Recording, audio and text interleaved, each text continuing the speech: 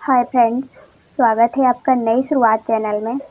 तो फ्रेंड्स देखिए, आज हम करने जा रहे हैं क्लास 10th हिंदी का 2017 प्रीवियस ईयर पेपर। फ्रेंड्स, इस प्रकार यदि हम पेपर को लगाते हैं तो इसको पेपरों से बहुत सारे क्वेश्चन ऐसे होते हैं जो बार बार पूछे जाते हैं, रिपीटेड होते हैं। साथ ही फ्रेंड्स, यदि हम इस प्रकार पेपर सॉल्व करते हैं तो हमारा एनालिसिस भी हो जाता है कि हमारी तैयारी किस लेवल तक है। तो फ्रेंड्स, ज़्यादा देर न करते हुए चलिए लगाते हैं क्वेश्चन पेपर। साथ ही आपको बता दें फ्रेंड्स कि हमने हिंदी का 2018, 2019 और 2020 का पेपर लगा चुके हैं। जिसने भी नहीं देखा है चैनल पे जा कर के आप देख सकते हैं, प्लेलिस्ट बनी हुई है। फर्स्ट देखते हैं, निम्नलिखित गद्यांश को पढ़कर पूछे गए प्रश्नों का सही विकल्प चुनकर लिखिए। चलिए गद्यांश पढ़ते हैं। देखिए, लोकतंत्र के मूलभूत तत्व को नहीं समझा गया है और इसीलिए लोग समझते हैं कि सब कुछ सरकार कर देगी, हमारी कोई जिम्मेदारी नहीं है। लोगों में अपनी पहल से जिम्मेदारी उठाने और निभाने के संस्कार का विकास नहीं हो पाया है। फलस्वरूप देश की विशाल मानव शक्ति अभी खर्राटे लेते हुए पड़ी है और देश की पूंजी उपयोगी बनाने के बदले आज बोझ बन बैठी है के रूप में, लेकिन उसे नींद से झकझोर कर जागृत करना है। किसी भी देश को महान बनाते हैं उसमें रहने वाले लोग, लेकिन अभी हमारे देश के नागरिक अपनी जिम्मेदारी से बचते रहे हैं। चाहे सड़क पर चलने की बात हो अथवा साफ सफाई की बात हो, जहां तहां हम लोग गंदगी फैलाते और बेतरतीब ढंग से वाहन चलाते देखते हैं। फिर चाहते हैं कि सब कुछ सरकार ठीक कर दे। सरकार ने बहुत सारे कार्य किए हैं, उन्हें अस्वीकार नहीं किया जा सकता। वैज्ञानिकों ने वैज्ञानिक प्रयोगशालाएं खोली हैं, विशाल बांध बनवाए हैं, फौलाद के कारखाने खोले हैं, आदि आदि बहुत सारे काम सरकार के द्वारा कराए हुए हैं। पर अभी भी करोड़ों लोगों को प्रेरित करने के नहीं किया जा सकता है। वास्तव में होना तो यह चाहिए कि लोग अपनी सूझबूझ के साथ अपनी आंतरिक शक्ति के बल पर खड़े हों और अपने पास कुछ साधन सामग्री है उसे लेकर कुछ करना शुरू कर दें और फिर सरकार उसमें आवश्यक मदद करे। उदाहरण के लिए, गांव वाले बड़ी बड़ी पंचवर्षीय योजना नहीं बना सकते हैं, पर यह बात जरूर समझ सकेंगे कि अपने गांव में कहाँ कुआं होना चाहिए, कहाँ सिंचाई की जरूरत है, कहाँ पुल की आवश्यकता है। बाहर के लोग इन सब बातों से अनभिज्ञ होते हैं। देखिए, क्वेश्चन का देखते हैं। लोकतंत्र का मूलभूत तत्व है। ऑप्शन नंबर ए कर्तव्य पालन, ऑप्शन नंबर बी लोगों का राज्य, चुनाव, जनमत। तो फ्रेंड्स, लोकतंत्र का मूलभूत तत्व है कर्तव्य पालन। सेकंड देखिए, किसी देश की महानता निर्भर करती है वहाँ की सरकार पर, वहाँ के निवासियों पर, वहाँ के इतिहास पर, वहाँ की पूंजी पर। तो फ्रेंड्स, किसी भी देश की महानता वहाँ के निवासियों पर निर्भर करती है, ना कि सरकार पर। राइट हो जाएगा ऑप्शन नंबर सेकंड। देखिए, क्वेश्चन का देखते हैं। सरकार के कामों के बारे में कौन सा कथन सही नहीं है? ध्यान रखना, नहीं पे ध्यान देना।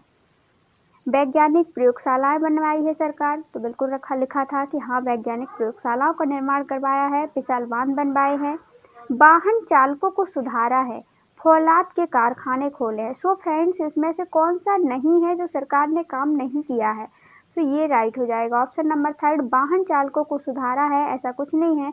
फौलादी कारखाने खोले हैं, विशाल बांध बनवाए हैं और प्रयोगशालाएं बनवाई है, लेकिन वाहन चालकों को सुधारा नहीं है। चलिए चलते हैं गा क्वेश्चन पर। सरकार की व्यवस्था में किस कमी की ओर लेखक ने संकेत किया है? ऑप्शन नंबर ए, गांव से जुड़ी समस्याओं के निदान में ग्रामीण लोगों की भूमिका को नकारा है, योजनाएं ठीक से न बनाना, आधुनिक जानकारी का अभाव, जमीन से जुड़ी समस्याओं की ओर ध्यान न देना। तो फ्रेंड्स, कौन लेखक ने किस समस्या की ओर सरकार की व्यवस्था में संकेत किया है? तो ऑप्शन नंबर ए राइट हो जाएगा। गांव से जुड़ी समस्याओं के निदान में ग्रामीण लोगों की भूमिका को नकारा है। वो बता रहे हैं इस पैराग्राफ में गद्यांश में कि गांव के लोग ही ध्यान नहीं देते हैं, वो अपनी जिम्मेदारी को नहीं समझते हैं, बल्कि सरकार पर ही सब कुछ सौंप देते हैं। देखिए, क्वेश्चन इंगा देखते हैं।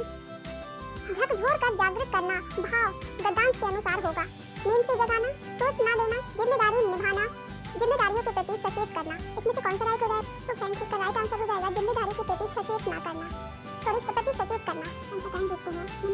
काव्यांश को पढ़कर पूछे गए प्रश्नों के उत्तर सही विकल्प चुनकर लिखिए। हरियाणा के पुरातत्व विभाग के द्वारा किए गए अब तक के शोध और खुदाई के अनुसार लगभग 5500 हेक्टेयर में फैली हुई यह राजधानी ईसा से लगभग 3500 वर्ष पूर्व मौजूद थी। इन प्रमाणों के आधार पर यह तय हो ही गया है कि राखीगढ़ी की स्थापना उससे भी सैकड़ों वर्ष हो चुकी थी, पूर्व हो चुकी थी। अब तक यही माना जाता रहा है कि इस समय पाकिस्तान में स्थित हड़प्पा और मोहनजोदड़ो ये सिंधुकालीन सभ्यता के मुख्य नगर थे। लेकिन राखीगढ़ी गांव में खुदाई और शोध का काम रुक रुक कर चल रहा है। हिसार का यह गांव दिल्ली में से एकमात्र 150 किलोमीटर दूरी पर है। राखीगढ़ी पहली बार यहाँ पर 1963 में खुदाई कार्य शुरू हुआ था और तब से सिंधु सरस्वती सभ्यता का सबसे बड़ा नगर माना गया है। उस समय के जो शोधार्थी थे, शोधार्थियों ने सप्रमाण घोषणा की थी कि यहाँ दबे नगर खदनी मोहनजोदड़ो और हड़प्पा से भी बड़ा रहा होगा। अब सभी शोध विशेषज्ञ इस बात पर सहमत हैं कि राखीगढ़ी भारत, पाकिस्तान और अफगानिस्तान का आकार और आबादी की दृष्टि से भी देखा जाए तो सबसे बड़ा शहर है। प्राप्त विवरणों के अनुसार समुचित रूप से नियोजित इस शहर की सभी सड़कें 1:92 मीटर चौड़ी थी। यह चौड़ाई कालीबंगा की सड़कों से भी ज्यादा है। एक ऐसा बर्तन भी मिला जो सोने और चांदी की परतों से ढका है। इसी स्थल पर एक फाउंड्री के भी चिन्ह मिले हैं जहाँ संभवतः सोना ढाला जाता होगा। इसके अलावा टेराकोटा से बनी असंख्य प्रतिमाएं, तांबे के बर्तन और कुछ प्रतिमाएं एक फर्नेस के अवशेष भी यहाँ पे मिले हैं। मई 2012 में ग्लोबल हेरिटेज फंड ने इसे एशिया के 10 ऐसे विरासत स्थलों की सूची में शामिल किया है जिनके नष्ट हो जाने का खतरा है। राखीगढ़ी का पुरातात्विक महत्व विशिष्ट है। इस समय इस क्षेत्र में पूरे विश्व के पुरातत्व विशेषज्ञ की दिलचस्पी और जिज्ञासा का केंद्र बना हुआ है। यहाँ बहुत से काम बकाया हैं जो अवशेष मिले हैं, उनका समुचित अध्ययन अभी शेष है। उत्खनन का काम अभी अधूरा है। चलिए इसके क्वेश्चन आंसर लगाते हैं। देखिए का नंबर देखते हैं। अब सिंधु सरस्वती सभ्यता का सबसे बड़ा नगर किसे मनाने की संभावना है? ऑप्शन नंबर ए मोहनजोदड़ो को, राखीगढ़ी को, हड़प्पा को, कालीबंगा को। तो सिंधु सभ्यता का सबसे बड़ा नगर किसे बनाने की कुछ संभावना है? तो राखीगढ़ी को, ध्यान रखना। देखिए क्वेश्चन सेकंड देखते हैं। चौड़ी सड़कों से स्पष्ट होता है कि यातायात के साधन थे, अधिक आबादी थी, शहर नियोजित थे, बड़ा शहर था। तो फ्रेंड्स चौड़ी सड़कों से स्पष्ट होता है कि शहर नियोजित थे। गा नंबर देखते हैं। इसे एशिया के विरासत स्थलों में स्थान मिला है क्योंकि इसमें नष्ट हो जाने का खतरा है। सबसे विकसित सभ्यता है। इतिहास में इसका नाम सर्वोपरि है। यहाँ विकास की 3 परतें मिली हैं। तो फ्रेंड्स एशिया के विरासत स्थल में से क्यों सम्मिलित किया गया है? क्योंकि इसे नष्ट होने का खतरा अधिक है। तो ऑप्शन नंबर ए इसका राइट हो जाएगा। चलिए देखते हैं नेक्स्ट क्वेश्चन। घ नंबर पुरातत्व विशेषज्ञ राखीगढ़ी में विशेष रुचि ले रहे हैं क्योंकि काफी प्राचीन और बड़ी सभ्यता हो सकती है। इसका समुचित अध्ययन शेष है। उत्खनन का कार्य अभी अधूरा है। इसके बारे में अभी पता लगा है। तो पुरातत्व विशेषज्ञ राखीगढ़ी में विशेष रुचि ले रहे हैं क्योंकि इसमें काफी प्राचीन और बड़ी सभ्यता हो सकती है। देखिए क्वेश्चन नंबर इंगा देखते हैं। उपयुक्त शीर्षक होगा। इस गद्यांश का उपयुक्त शीर्षक क्या होगा? ऑप्शन नंबर ए राखीगढ़ी एक सभ्यता की संभावना है, सिंधु सभ्यता है, सरस्वती विलुप्त सरस्वती की तलाश है, एक विस्तृत शहर राखीगढ़ी है। तो फ्रेंड्स उपयुक्त शीर्षक होगा राखीगढ़ी एक सभ्यता की संभावना है। देखिए क्वेश्चन थर्ड देखते हैं। निम्नलिखित काव्यांश को पढ़कर पूछे गए प्रश्नों के सही विकल्प चुनकर लिखिए। चलिए काव्यांश देखते हैं। एक दिन तने ने भी कहा था जड़ से, जड़ तो जड़ ही है, जीवन में सदा डरी है और यही है उसका सारा इतिहास कि जीवन में मुंह गड़ाए पड़ी रही है लेकिन मैं जमीन से ऊपर उठा, बाहर निकला, मजबूत बना, इसी से तो तना हूँ। एक दिन डालों ने भी कहा था तना से, तना क्या, किस बात पर है तना? जहाँ बिठा दिया गया था उसी पर है बना। प्रगतिशील व्यक्ति में तिल भर नहीं डोला है, खाया है, मोटाया है, सहलाया है, लेकिन हम तने में फूटी दिशा दिशा में गई, ऊपर उठी, नीचे आई, हर हवा के लिए डोल बनी लहराई, इसीलिए तो डाल कहलाई। पत्तियों ने भी कुछ ऐसा कहा था। एक दिन फूलों ने भी कहा था, पत्तियां ने तो क्या किया, सांख के बल पर बस डालों में छाप लिया। डालों के बल पर ही चल चपल रही हैं, हवाओं के बल पर ही मचल रही हैं, लेकिन हम अपने से खुले खिले फूले हैं, रंग के लिए, रस के लिए, पराग के लिए। हमारी यश गंध दूर दूर फैली है, भ्रमरों ने आकर हमारे गुण गाए हैं, हम पर बोराए हैं, सबकी सुन पाई है, जड़ मुस्काई है। सबके सुनकर जड़ आलास्ट में मुस्कुराती है। फ्रेंड्स कि सभी अपना अपना जीवन किस प्रकार बता रहे हैं। एक से एक बड़ा है ना, सभी मिलकर ही पौधा बनता है, एक दूसरे से नहीं। सबका अलग अलग अपना अपना काम है और सबका काम सही है ना, कहीं ना कहीं एक दूसरे से ही। लास्ट में देखिए जड़ के लिए एक दूसरे कैसे बोला, लास्ट में जड़ जीना होती तो कहाँ से पत्ती होती, कहाँ से फूल होता है ना। देखिए क्वेश्चन का देखते हैं। तने का जड़ को जड़ कहने का क्या भी सवाल है? जड़ मजबूत है क्या, वो इसलिए कह रहा है? समझदार है क्या, मूर्ख है, उदास है? तो फ्रेंड्स ऑप्शन नंबर 20 का राइट हो जाएगा। उसका मतलब है जड़ को जड़ इसलिए कह रहा है कि जड़ उदास है, इसका हिस्सा ये है। देखिए सेकंड देखते हैं। खानमर डालियों ने तने के अहंकार को क्या कहकर चूर चूर कर दिया? जड़ के नीचे है, यह ऊपर है, यूं ही तना रहता है, उसका मोटापा हास्य पद है, प्रगति के पथ पर एक कदम भी नहीं बढ़ा है। तो फ्रेंड्स डालियों ने क्या कहा था इसके लिए? उन्होंने कहा कहा था कि प्रगति के पथ पर एक कदम भी नहीं बढ़ा है तनाव। देखिए पत्तियों के बारे में क्या नहीं कहा गया। शाख के बल से बलवान है, तो फ्रेंड्स ये तो कहा गया था। हवाओं के बल पर डोलती हैं, ये भी कहा गया था। डालों के कारण चंचल है, ये भी कहा गया था। सबसे बलशाली है, तो फ्रेंड्स यह नहीं कहा गया है पत्तियों के लिए, तो यही हो जाएगा इसका राइट मतलब नहीं कहा गया। देखिए घ नंबर देखते हैं। फूलों ने अपने लिए क्या नहीं कहा। हमारे गुणों का प्रचार प्रसार होता है, तो फ्रेंड्स इसलिए तो कहा था कि भौरे करते हैं। दूर दूर तक हमारी प्रशंसा होती है, ये भी कहा। हम हवाओं के बल पर झूमते हैं, फ्रेंड्स ये नहीं कहा उन्होंने। सॉरी, हमारा अपना स्वरूप खुद समारा है हमने, तो फ्रेंड्स ये तो कहा है, लेकिन इसका राइट आंसर हो जाएगा, वो हो जाएगा ऑप्शन नंबर 3। मतलब यह नहीं कहा कि हम हवाओं के बल पर झूमते हैं, है ना, डालियां झूमते थे। देखिए क्वेश्चन नंबर इंगा देखते हैं। जड़ क्यों मुस्काई। सबने अपने अहंकार को भुला दिया है, सबने अपने अहंकार में उसे भुला दिया, इसलिए वो मुस्कुरा रही थी। ये ऑप्शन नंबर बी। सेकंड, फूलों ने पत्तियों को भुला दिया है, या पत्तियों ने डालियों को भुला दिया है, या डालियों ने तनों को भुला दिया है। तो फ्रेंड्स अपने अपने अहंकार में सबने सबको भुला दिया है एक प्रकार से, है ना, इसलिए वह मुस्कुरा रही थी। जबकि एक दूसरे से मिलकर ही पौधा बनता है। देखिए क्वेश्चन 4 देखते हैं। निम्नलिखित काव्यांश को पढ़कर पूछे गए प्रश्नों के लिए सही विकल्प चुनकर लिखिए। आओ देशवासियों बैठ न जाओ पत्थर से, आओ देशवासियों रो मत तुम यूं निर्झर से। दरख्वास्त करें आओ कुछ अपने ईश्वर से, वह सुनता है गमजदों और रंजीदों की। जब सरकता सा लगता है जब जीवन से, अभिशक्ति करे आओ अपने को इस तरह से। हम कभी न मिटने देंगे भारत के मन से, दुनिया ऊंचे आदर्शों की उम्मीदों की। साधन का युग युग युग अंतर में खनी रहे, हम बुद्ध भूमि बापू सुध की जनी रहे। प्रार्थना युग युग युग पृथ्वी पर बनी रहे, यह जाति योगियों और संतों और शहीदों की। चलिए इसके क्वेश्चन आंसर देखते हैं। देखिए क्वेश्चन फर्स्ट क्या है। कभी देशवासियों को क्या कहना चाहते हैं। निराशा और जड़ता छोड़ो, जागो आगे बढ़ो, पढ़ो लिखो कुछ करो, डरो मत ऊंचे चढ़ो। तो फ्रेंड्स कभी देशवासियों से कहना चाहते हैं निराशा और जड़ता को छोड़ो। देखिए क्वेश्चन खा देखते हैं। कभी किसकी और किससे प्रार्थना की बात कर रहा है। भगवान और जनता की। भगवान से बोल रहा है कि जनता के लिए, इससे जनता के लिए, या दुखी लोगों की ईश्वर से, या देशवासियों की सरकार से, या युवा वर्ग की बेटी सत्ता से। तो फ्रेंड्स कभी ने यहाँ पे दुखी लोगों की ईश्वर से प्रार्थना करने को बात कर रहा है। देखिए ग नंबर देखते हैं। कभी भारतीयों को कौन सा संकल्प लेने को कहता है। ऑप्शन फर्स्ट देखते हैं। हम भारत को कभी मिटने न देंगे, जीवन में सार सतत्व को बनाए रखेंगे, उच्च आदर्श और आशा के महत्व को बनाए रखेंगे, जग जीवन की समरसता से अभिशक्त करेंगे। तो फ्रेंड्स यहाँ पे कभी ने उच्च आदर्शों और आशा के महत्व को बनाए रखेंगे की बात कही गई है। देखिए घ नंबर देखते हैं। यह भूमि बुद्ध बापू से सुध की जनी रही है, यह भाव है। इस भूमि पर बुद्ध और बापू ने जन्म लिया है, इस भूमि पर बुद्ध और बापू जैसे लोग जन्म लेते रहे हैं। ये option number D sorry third. यह धरती बापू बुद्ध और बापू जैसी है, यह धरती बुद्ध और बापू को हमेशा याद रखेगी। तो फ्रेंड्स इसका राइट आंसर हो जाएगा ऑप्शन नंबर सेकंड। यह भूमि बुद्ध और बापू जैसे लोगों को जन्म लेते रहे हैं इस भूमि पर, ये है। देखिए इंगा नंबर देखते हैं। कभी क्या प्रार्थना करता है। योगी संत और शहीदों को हम सब सम्मान करें, युगों युगों तक यह धरती बनी रहे, धरती माँ का वंदन करते रहें, भारतीयों में योगी संत और शहीद अवतार लेते रहें। तो फ्रेंड्स कभी इसमें प्रार्थना करना चाहता है कि हम भारतीयों में योगी संत और शहीद अवतार लेते रहें। ऑप्शन नंबर डी राइट हो जाएगा।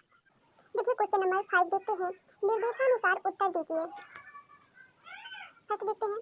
वे उन सब लोगों से मिले जो मुझे जानते थे, इसको सरल वाक्य में बदलना है। तो वे उन लोगों से मिले जो मुझे जानते थे, वे उन सभी लोगों से मिले जो मुझे जानते थे। देखिए सेकंड देखते हैं। पंख वाले चीते या दीमक बरसात के दिनों में निकलते हैं, इसको वाक्य का भेद लिखिए।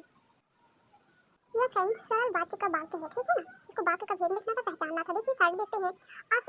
आषाढ़ की एक सुबह एक मोर ने मल्हार के म्याऊं म्याऊं का सुर को दिया था। देखिए आषाढ़ की एक सुबह थी और एक मोर ने मल्हार के म्याऊं म्याऊं सुर को दिया था। देखिए क्वेश्चन 6 देखते हैं। निर्देशानुसार वाक्य परिवर्तित कीजिए। का नंबर फुर्सत में मैना खूब रियाज करती है, इसको कर्म वाक्य में बदलना है। तो फ्रेंड्स इसको कर्म फुर्सत में मैना द्वारा खूब रियाज किया जाता है, यह कर्म वाक्य में बदल जाएगा, द्वारा लगा देंगे, ठीक है ना। मैना द्वारा फुर्सत में मैना द्वारा खूब रियाज किया जाता है। इसके बाद देखिए क्वेश्चन सेकंड देखते हैं। फाख्ताओं द्वारा गीतों को सुर दिया जाता है, इसको कृत वाक्य में बदलना। तो फ्रेंड्स फाख्ताएं गीतों को सुर देती हैं, ये कृत वाक्य में बदल गया। इसके बाद देखिए ग नंबर बच्चा सांस नहीं ले पा रहा था, इसको भाव वाक्य में बदलना है। तो फ्रेंड्स बच्चे से सांस नहीं लिया जा रहा था, बच्चे से सांस नहीं लिया जा रहा था, उसे कुछ डर कर से भाव वाक्य में बदल दिया हमने, ठीक है ना। देखिए सेकंड लास्ट देखते हैं। 2-3 पक्षियों द्वारा अपने अपने लय में एक साथ कूदा जा रहा था, इसको कृत वाक्य में बदलना है। देखिए कृत वाक्य में 2-3 पक्षी अपने अपने लय में एक साथ कूद रहे थे। देखिए क्वेश्चन 7 देखते हैं। निम्नलिखित रेखांकित पदों का पद परिचय दीजिए। मनुष्य केवल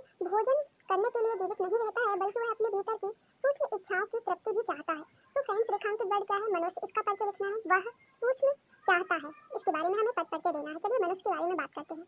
तो मनुष्य के बारे में बात करें तो यह संज्ञा जातिवाचक है, एक वचन है, पुल्लिंग है, लिंग में पुल्लिंग है, कर्ता कारक है। ठीक है ना, मनुष्य के पद परिचय है ना। इसमें जातिवाचक है, एक वचन है, वचन में पुल्लिंग है, लिंग में कर्ता कारक है। अब बात करते हैं वह की। वह भी आया था तो वह के हम पद परिचय दें तो वह एक सर्वनाम है, पुरुषवाचक है। कैसा है, एक वचन है, वह पुल्लिंग है, कर्ता कारक पद है इसमें वह में। सूक्ष्म की बात करें तो सूक्ष्म एक विशेषण गुणवाचक है, विशेषण है, बहुवचन है सूक्ष्म, क्योंकि बहुत सारी चीजें सूक्ष्म होती हैं। स्त्रीलिंग है इसमें। लिंग की बात करें तो इसमें विशेष किसके बारे में बताया गया है तो इच्छाओं के बारे में बताया गया है। चाहता की बात करें इसकी पद परिचय तो इसमें क्रिया सकर्मक है, एक वचन है, लिंग में पुल्लिंग है। काल की बात करें तो इसमें वर्तमान काल है। क्लियर। देखिए क्वेश्चन 1 लिखते हैं, निम्नलिखित काव्यांशों को पढ़कर उनमें निहित रस पहचान कर लिखिए। फर्स्ट देखिए, उपयुक्त उस खेल को न यद्यपि मृत्यु का भी दंड है पर मृत्यु से बढ़कर न जग में दंड और प्रचंड है। एक कल उस नीच को रण मध्य जो मारो न मैं सत्य तो सत्य कहता हूँ कभी शस्त्र फिर धारू न मैं। तो फ्रेंड इसमें कौन सा रस है, रौद्र रस की बात की गई है इसमें, कहीं ना कहीं गुस्से की बात की गई है ना।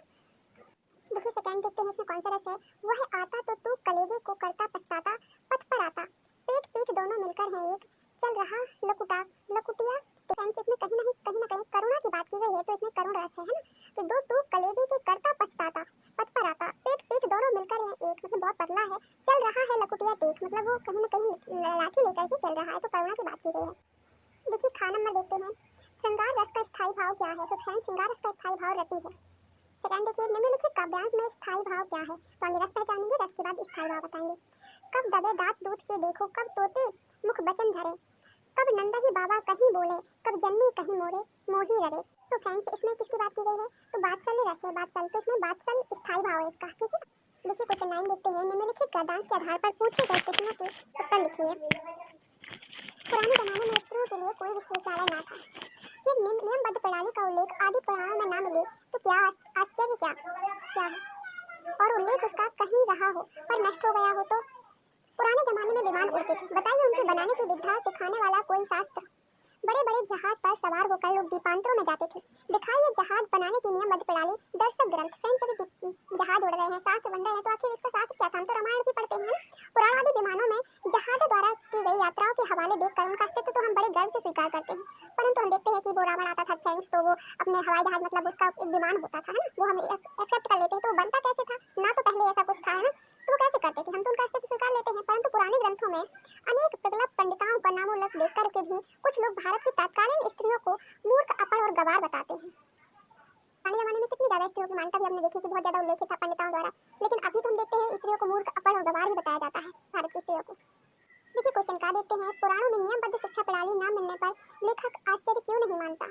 देखिए क्वेश्चन, पुराने जमाने में स्त्रियों के लिए कोई विश्वविद्यालय की शिक्षा या विशेष न थी, संभवतः उसका उल्लेख रहा हो पर समय के साथ हो सकता है नष्ट हो गया हो, तब तो हमें इसलिए वो आश्चर्य नहीं कर रहे हैं कभी, क्योंकि हम देखते हैं कहीं ना कहीं स्त्रियों के लिए भी साथ में ये विमान कैसे चलते थे, कहीं ना कहीं तो रहा होगा ना। हम रामायण में पढ़ते हैं, देखते हैं कैसे वो लोग शास्त्र विद्या सीखे रहते हैं, तो कहीं ना कहीं उनका विश्वविद्यालय रहा हो सकता है समय के साथ नष्ट हो गया है, इसलिए वह आश्चर्य नहीं करता है कभी। देखिए खा नंबर देखते हैं, जहाज बनाने के कोई ग्रंथ न होने या न मिलने पर लेखक क्या बताना चाहता है। देखिए ग्रंथों में किसी विषय या प्रणाली आदि का उल्लेख न मिलना इस बात का प्रमाण नहीं है कि उसका अस्तित्व ही नहीं था, हमें मिल नहीं रहा उस ग्रंथों में उसका उल्लेख, लेकिन इससे ये तो नहीं सिद्ध हो जाता कि उसको वो रहा ही ना हो, कि वो विश्वविद्यालय रही ही ना हो, या कोई शास्त्रागार या कुछ ऐसे सिखाने की कला रही ही ना हो। देखिए गा नंबर देखते हैं, शिक्षा की नियमावली का न मिलना स्त्रियों को अपरता का सबूत क्यों नहीं है। देखिए नियमावली न होने के बावजूद ग्रंथों में विद्युत्तियों का नामोल्लेख है, नियमावली के समय के साथ नष्ट भी हो सकती है।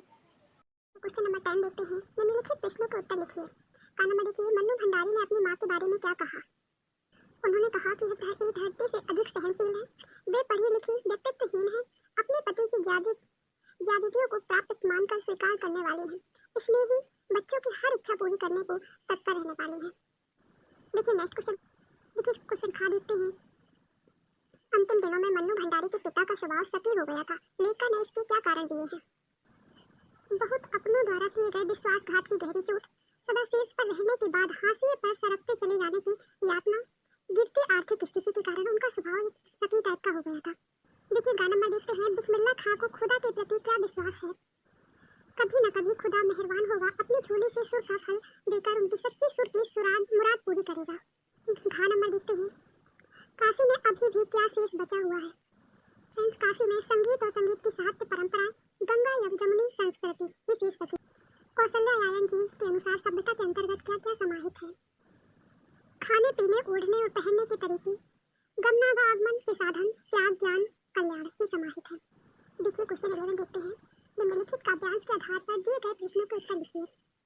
तार सप्तक में जब बैठने लगता है उसका गला, प्रेरणा साथ छूटती हुई उत्साह अस्त होता हुआ, आवाज से राग जैसा कुछ गिरता हुआ, तभी मुख्य गायक को ढाट सा बंधाता है। कहीं से चला आता है संगतकार का स्वर, कभी कभी वह यूं ही दे देता है उसका साथ। देखिए का नंबर देखते हैं। बैठने लगता है उसका गला का क्या असर है? देखिए सुर ऊपर उठने के प्रयास में आवाज साथ नहीं देती है। देखिए खा नंबर देखते हैं। मुख्य गायक को ढाट सा कौन बंधाता है और क्यों? तो फ्रेंड्स संगतकार मुख्य गायक को ढाट सा बंधाता है और इसे इंसानियत के कारण मुख्य गायक का साथ देता है। तो संगतकार ढाट सा बंधाता है मुख्य गायक का और इंसानियत के कारण मुख्य गायक का साथ देता है जब उसकी आवाज गिरने लगती है। गाना में देखिए तार सप्तक क्या है? सर्वोच्च स्वर में गाना ही तार सप्तक है। देखिए क्वेश्चन नंबर 12 देखते हैं। निम्नलिखित प्रश्नों के उत्तर संक्षेप में लिखिए। का नंबर देखिए। कन्यादान कविता में माँ ने बेटी को अपने चेहरे पर ना रीझने की सलाह क्यों दी? देखिए उन्होंने इसलिए कहा था क्योंकि महिलाएं स्वयं अपने सौंदर्य के मोह में फंस जाती हैं, जिसके कारण समाज के शोषण का शिकार बनती हैं। वे अपने वास्तविक और आंतरिक गुणों से अनभिज्ञ रहती हैं। इसलिए उन्होंने कहा था कि आप मेरे में अपने चेहरे में रीझने के लिए मना किया था। हाँ, क्योंकि मोह में बहुत सी औरतें फंस जाती हैं कि हम सुंदर हैं और लास्ट में वो कुछ भी नहीं करती हैं समाज के लिए और समाज ही उसका शोषण करता रहता है और वो सुंदरता की एक प्रकार से वस्तु बन के रह जाती है, जैसे कोई चीज सुंदर होती है बस और कुछ नहीं। माँ का कौन सा गुण प्रमाणित था और कैसे? बेटी को विदा करने का दुख। बेटी माँ की अंतिम पूंजी थी जो विदा हो रही थी। अनुभवी माँ को बेटी के भविष्य की चिंता हो रही थी। गाना में देखिए। जो ना मिला भूल उसे कर तू भविष्य वरण। कथन में कवि की वेदना और चेतना कैसे व्यक्त हो रही है? इच्छित की प्राप्ति न होने की वेदना, उज्जवल भविष्य के लिए प्रयास करने की चेतना। देखिए गाना में देखते हैं। धनुष को तोड़ने वाला कोई तुम्हारा दास होगा के आधार पर राम के स्वभाव पर टिप्पणी लिखिए कीजिए। तो फ्रेंड्स इस वाक्य में राम जी की विनम्रता, धीरता, गंभीरता आदि गुणों का टिप्पणी की गई है। इससे अपन टिप्पणी लिख सकते हैं कि विनम्रता का परिचय दे रहे हैं कि नहीं देखिए आपका कोई दासी होगा वही तोड़ सकता है सिर्फ धनुष को, वरना हमारी क्या शक्ति थी, है ना। तो वो और इस प्रकार से अपनापन भी बना लिया उन्होंने रिश्ता कि नहीं आपका ही हूँ हम आपके ही हैं, तब तो तोड़ पाए। धीरता भी बताई गई है कि एकदम से वो उत्तेजित नहीं हुए जैसे परशुराम चिल्लाते हैं। गंभीरता आदि का वर्णन उन्होंने किया है। देखिए मेरा नंबर काव्यांश के आधार पर परशुराम के स्वभाव की दो विशेषताओं पर उदाहरण टिप्पणी लिखी गई है। देखिए परशुराम का स्वभाव क्रोधी था। मनुष्य धनुष तोड़ने वाले को अपने शत्रु के समान समझने लगे थे। वो अभिमानी, अपने कार्यों का अभिमान पूर्वक बताना कि नहीं हम क्षत्रिय विरोधी हैं, सशस्त्र बड़ों वाले हैं, है ना। बहुत सारी भारतीय क्षत्रियों से रहित कर दी। देखिए अनेक बार पृथ्वी पर क्षत्रिय विहीन कर दिया है। उन्होंने वीरता का भी वर्णन किया है। देखिए क्वेश्चन नंबर 13 देखते हैं। आप चैन की नींद सो सकें इसलिए हम यहाँ पर पहरा दे रहे हैं। एक फौजी के इस कथन पर जीवन मूल्यों की दृष्टि से चर्चा कीजिए। तो फ्रेंड्स आपको अपने अनुसार इसमें लिखना है, तो आप अपने अनुसार मतानुसार फौजी के जीवन मूल्यों की चर्चा करना है कि किस प्रकार मूल्यवान होता है उनका जीवन और किस प्रकार वो एक मूल्य संस्कार से सहित कितने अच्छे से अपनी फर्ज निभाते हैं। उनके फर्ज की तारीफ करते हुए आप लिख सकते हैं, आप अपना तर्क दे सकते हैं। आप चैन की नींद सो सकें इसलिए तो हम यह पहरा दे रहे हैं। देश की सीमा पर बैठे फौजी कड़कड़ाते ठंड में वहाँ का तापमान 15 डिग्री सेल्सियस पर होता है। पौष और माघ के महीने में मतलब कि दिसंबर जनवरी के महीने में फ्रेंड्स के पेट्रोल को छोड़कर सब कुछ जम जाता है। उस समय भी एक फौजी जी जान से देश की रक्षा में लगे रहते हैं। वहाँ का मौसम और परिस्थितियाँ विषम होती हैं। हमें देश की सीमाओं की रक्षा करने वाले फौजियों के प्रति कृतज्ञ होना चाहिए क्योंकि वह ऐसी युक्त परिस्थितियों में रहते हैं जिससे हम अपने घरों में चैन की नींद सो सके तथा देश की एकता और शांति को भी कोई भंग न कर सके। अगर ये लोग न हो तो आपराधिक तत्वों को बढ़ावा मिल जाएगा जिसके परिणाम स्वरूप हमारा प्रति एक क्षण भय मुक्त होगा। देखिए क्वेश्चन नंबर 14 देखते हैं। निम्नलिखित में से किसी एक विषय पर दिए गए संकेत बिंदुओं के आधार पर लगभग 250 शब्दों पर निबंध लिखिए। तो फ्रेंड्स एक में से निबंध लिखना है, चाहे आप विज्ञापन की दुनिया का लिख दीजिए या भ्रष्टाचार मुक्त समाज या पीवी सिंधु का मेरा लोकप्रिय खिलाड़ी। तो फ्रेंड्स अपन लिखते हैं भ्रष्टाचार मुक्त समाज के बारे में। इन पॉइंटों में अपन बात कर लेंगे। भ्रष्टाचार क्या है, सामाजिक व्यवस्था में भ्रष्टाचार कारण और निवारण कैसे किया जा सकता है। देखिए भ्रष्टाचार के बारे में लिखते हैं। भ्रष्टाचार का अर्थ होता है भ्रष्ट आचार, मतलब भ्रष्ट यानी बुरा बिगड़ा हुआ आचार का मतलब आचरण, अर्थात भ्रष्टाचार मतलब भ्रष्ट बिगड़ा हुआ आचरण। वह आचरण जो किसी भी प्रकार से नैतिक और अनुचित हो। सरकार को भ्रष्टाचार से मुक्त कराने के लिए जिम्मेदारी लेनी चाहिए ताकि हमारे समाज से आगे जाकर प्रगति हो सके। फ्रेंड्स ये भ्रष्टाचार पूरे समाज या पूरे भारत में बीमारी की तरह फैल रहा है। भारत की बात करें तो भ्रष्टाचार की गति बहुत तेजी से बढ़ रही है। यदि समय रहते इस भ्रष्टाचार को नहीं रोका गया तो पूरे समाज में अपनी चपेट में ले लेगा। देखिए, वर्तमान समय में देश में सोशल मीडिया माध्यम से भ्रष्टाचार बहुत बढ़ता जा रहा है। आए दिन नागरिकों को इस सोशल मीडिया में बढ़ रहे भ्रष्टाचार का शिकार हो रहे हैं। सोशल मीडिया के माध्यम से लोगों को नौकरी देने का झांसा दिला दिया जाता है। लोग उनसे पैसे लूट लेते हैं। देश भर में आए दिन इस प्रकार के केस रोजाना देखने को मिलते हैं। देश में बढ़ रहे भ्रष्टाचार को रोकने के लिए सरकार द्वारा कदम उठाए जा रहे हैं। हम देखते हैं देश में बहुत सारी सरकारें कार्य करती हैं, उनमें कहीं न कहीं भ्रष्टाचार देखने को मिलता है। सरकार अपने दफ्तरों में लोगों को रिश्वत लेते पकड़े जाते हैं। रिश्वत लेकर सरकारी योजना और फायदा देने वाले लोग देश में भ्रष्टाचार को बढ़ा रहे हैं।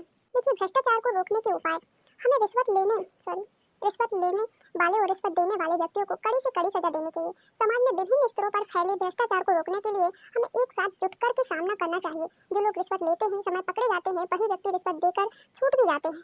भ्रष्टाचार बीमारी की तरह हमारे पूरे भारत में दीमक की तरह फैलती जा रही है। इसको दूर करने के लिए रिश्वत देने वालों की कड़ी से कड़ी सजा दी जाए, ताकि वह दोबारा भारत का नाम बदनाम करने की कोशिश भी ना करें।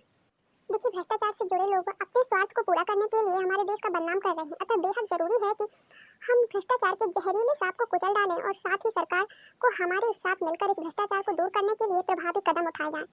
तभी हम भारत या समाज को देश से भ्रष्टाचार में मुक्ति दिला पाएंगे, समाज के सपनों को पूरा कर सकेंगे। भ्रष्टाचार को रोकने के लिए केंद्र सरकार मुख्य रूप से जोड़ दे सकती है, साथ दे सकती है। इसके अलावा कोई नियम कानून बहुत सारे बना सकती है। इसके अलावा हमें भ्रष्टाचार को रोकने में सरकार की सहायता करनी होगी।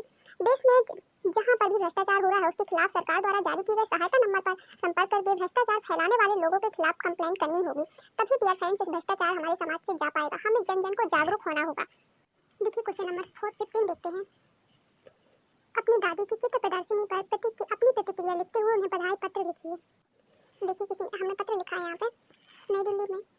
दिनांक आप यहाँ पे डाल दीजिए, पूजनीय दादी जी। आप अपना परिचय एड्रेस वगैरह डाल दीजिए। इसके बाद देखिए, आप इस प्रकार लिख सकते हैं, पूजनीय दादी जी, सादर चरण स्पर्श। आशा करती हूँ कि आप स्वस्थ होंगी। आपके द्वारा जो प्रदर्शनी लगाई गई थी वो मुझे बहुत पसंद आई है। आपने जिन चित्रों का प्रयोग प्रदर्शनी में किया था वे बहुत ही आकर्षक और मनमोहक थे। दर्शकों द्वारा उनकी बहुत प्रशंसा की गई थी। परिवार के सभी सदस्यों द्वारा भी उनकी सराहना हुई। सभी लोगों ने आपकी प्रदर्शनी के सफल आयोजन के लिए आपको बधाई दी है। साथ ही ईश्वर से प्रार्थना करते हैं कि ऐसे ही आपका भविष्य और उज्जवल हो। आप